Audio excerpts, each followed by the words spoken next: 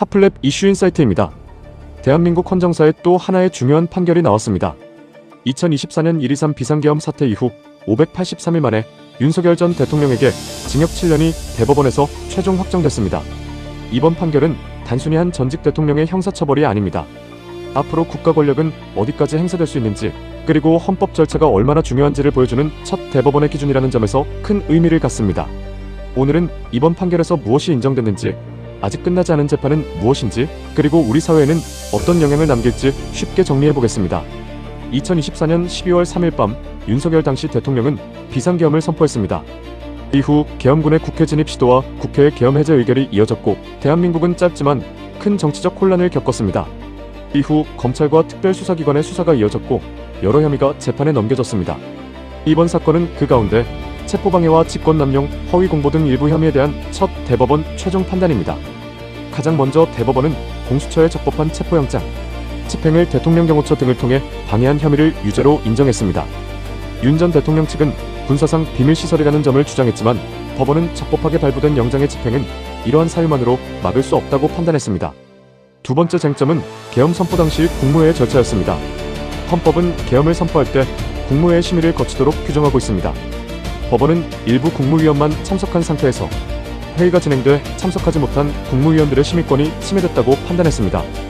다시 말해 형식만 갖춘 회의만으로는 헌법이 요구하는 절차를 충족했다고 보기 어렵다고 본 것입니다. 세 번째는 계엄 이후 작성된 문서와 대외 발표였습니다. 법원은 실제 절차와 다르게 작성된 계엄 선포 관련 문서와 외신 대상 해명 자료 작성, 그리고 비화폰 관련 정보 삭제 지시 등의 행위도 유죄로 인정했습니다. 이 부분은 국가 기록과 공적 문서의 신뢰성을 훼손했는지가 핵심 쟁점이었습니다. 재판 과정도 주목받았습니다. 1심에서는 징역 5년이 선고됐지만 2심은 국무위원 심의권 침해 범위를 더 넓게 인정하고 일부 무죄였던 혐의를 추가로 유죄 판단하면서 형량을 징역 7년으로 높였습니다. 이번 대법원은 원심의 법리 적용에 중대한 문제가 없다고 보고 상고를 기각해 징역 7년을 최종 확정했습니다.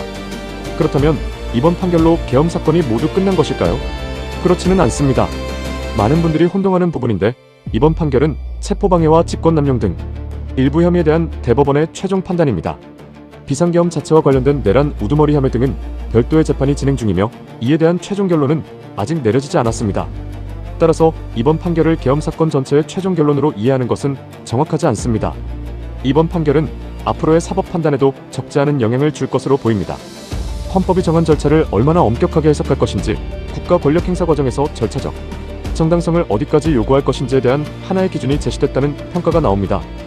반면 정치권에서는 이번 판결을 두고 서로 다른 해석을 내놓고 있어 사회적 논쟁은 당분간 계속될 가능성이 있습니다. 국민 입장에서는 정치적 입장을 떠나 앞으로 이어질 관련 재판의 결과와 법원의 판단, 근거를 차분히 지켜볼 필요가 있습니다. 헌법과 법률이 실제 국가 권력에 어떻게 적용되는지를 확인하는 과정이기 때문입니다. 오늘 뉴스의 핵심은 이번 징역 7년 확정이 계엄 사건 전체의 종결이 아니라 국가 권력도 헌법 절차를 벗어나면 사법심사의 대상이 될 수 있다는 점을 보여준 첫 대법원 판단이라는 것입니다. 도움이 되셨다면 구독과 좋아요 부탁드리며 지금까지 핫플랩 이슈인 사이트였습니다. 감사합니다.